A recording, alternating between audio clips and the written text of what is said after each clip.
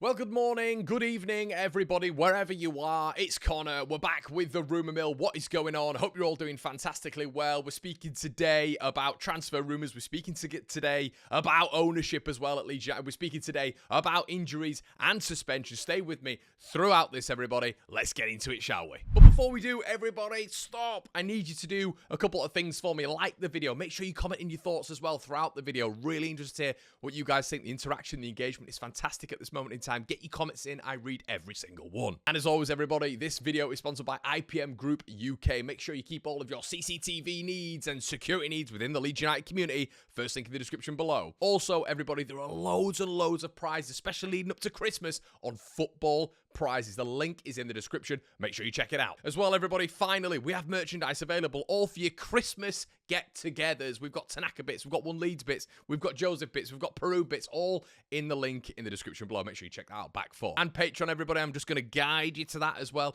Make sure you're checking that out. We've got exclusive bits, USA bits, exclusive articles, and exclusive podcasts as well. Make sure you check that out. So let's get into today's news, everybody, shall we? Maximilian Wöber. Called him Maximilian Wöber quite a few times yesterday. Started to annoy myself, so we're going to stick with Max Wöber for this one. So Max Wöber, everybody, is attracting interest from Borussia Mönchengladbach. We all know this. It's old news. It's yesterday's news. Rodon, their sporting director, has said that they have two targets in this window, one of which is Max Wöber. Very, very interesting. Leeds set the stall out at 12 million quid. Can they hit that 12 million quid? They were offering 8.3 million quid in the summer, and the 49ers said no, which was fantastic to hear because we all thought, or people thought at least, that Leeds were just selling Gray, Kamara, Somerville, Rutter. Who was next? But that didn't happen, which was really good to see. And someone like Max Wöber, who, you know, wasn't going to be starting for Leeds United, or maybe had the conversation with Daniel Farke that he won't be starting ahead of Strauch, ahead of Rodon, was okay to be part of this Leeds United squad and to essentially come in when needed. But that is obviously not going to last. It's pretty obvious, you know, with a player of that caliber.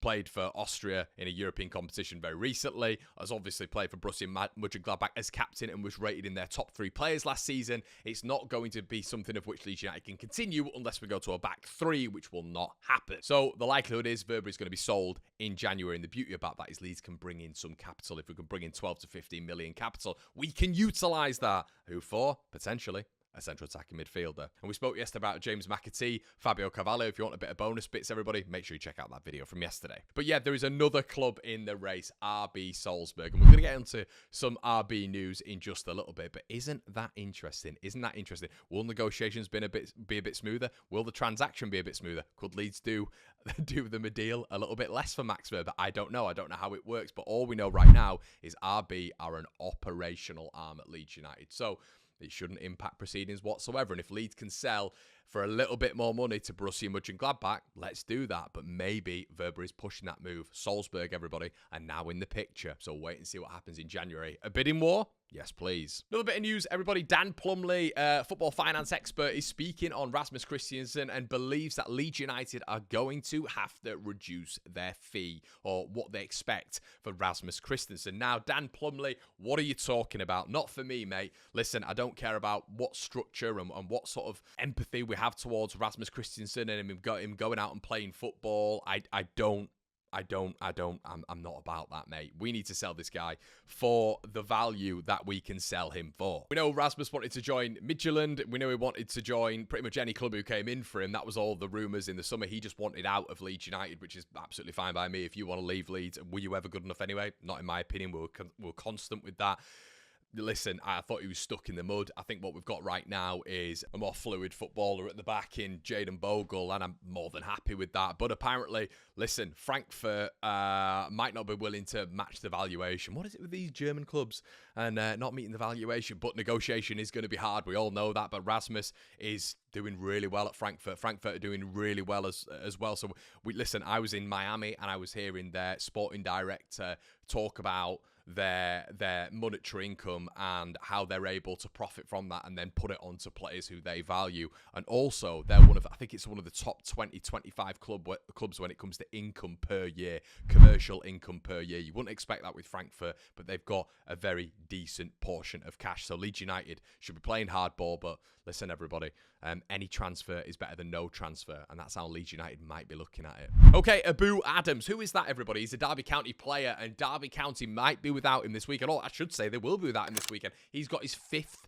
yellow card. Not good at all. He scored the first goal for Derby County against Sheffield Wednesday at the weekend. And I have to say, as soon as he got that fifth yellow card of the season, he was a little bit more tentative. And I feel like the game changed a little bit. And Paul Warne shared these sentiments as well, the Derby County coach. Listen, Derby coming into this weekend, definitely the underdogs. Leeds coming into this weekend, having to batter them. We need to batter Derby County. We don't like Derby County, but on top of that as well, we need a reaction to what happened at the weekend. And I'm predicting a big win for Leeds. I'm going with a 3-0 win, and with a Boo Adams and a couple of others out for Derby County, which apparently are supposed to be, and we'll hear from Paul Warne in his press conference. But Leeds are looking in a really good vein of form right now when it comes to injury and squad puzzle. You know, Wöber, we all kind of know that he's going to be going in January. A couple of clubs interested. Leeds could get a decent fee, but also Ramazani and Ampadu very much quickly coming back into the fold. We could even see a start for Ramazani. Would you start him this weekend, everybody? Let me know in the comment section below. Rodon and Gnonto, everybody, if they're literally able to avoid a yellow card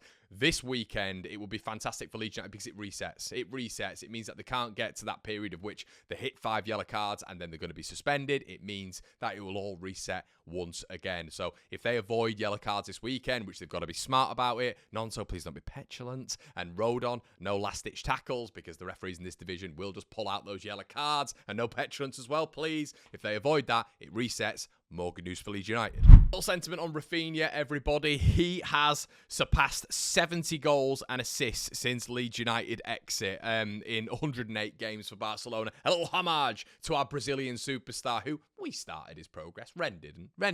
But listen, I loved him at Leeds United, and wow, what a player, what a superstar. And in these rumour mills as well, we just want to talk about some players. I mean, what a boy, what a player. We all said at the time as well he was world class, and nobody listened to us. They said he wasn't good enough for Man United and Chelsea. He'd be benched. But what is he doing? He got his 11th goal of the season the other night for Hansi Flick's side. A lovely assist by Lamine Yamal.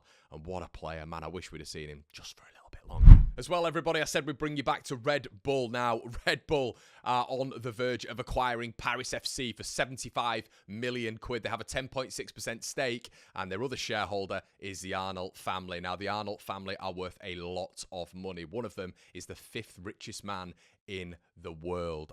Listen, these are the people that Red Bull are kind of moving with. So yeah, keep your ears pricked for that one. But it does beg the question: is what are Red Bull doing right now? They've got an operational arm at Leeds United, but they are acquiring other clubs. Paris FC being one of them. We know the Red Bull arm aside from that as well, Leipzig and Salzburg. You do wonder if the 49ers enterprises are going to try and do something maybe similar. Are they going to try and build this football network as we've seen the City Group do, we've seen Red Bull do? I just wonder why Red Bull have been brought in with the operational arm as well, but maybe a little bit of advice. That was what was sort of muted in the summer. A little bit of advice, advisory bits here, there and everywhere. And if you're the 49ers enterprises, you're looking at Red Bull and what they've been able to do with the capital and what they've been able to do in terms of globalization, and you're probably looking at them and thinking, I wouldn't mind replicating that as well.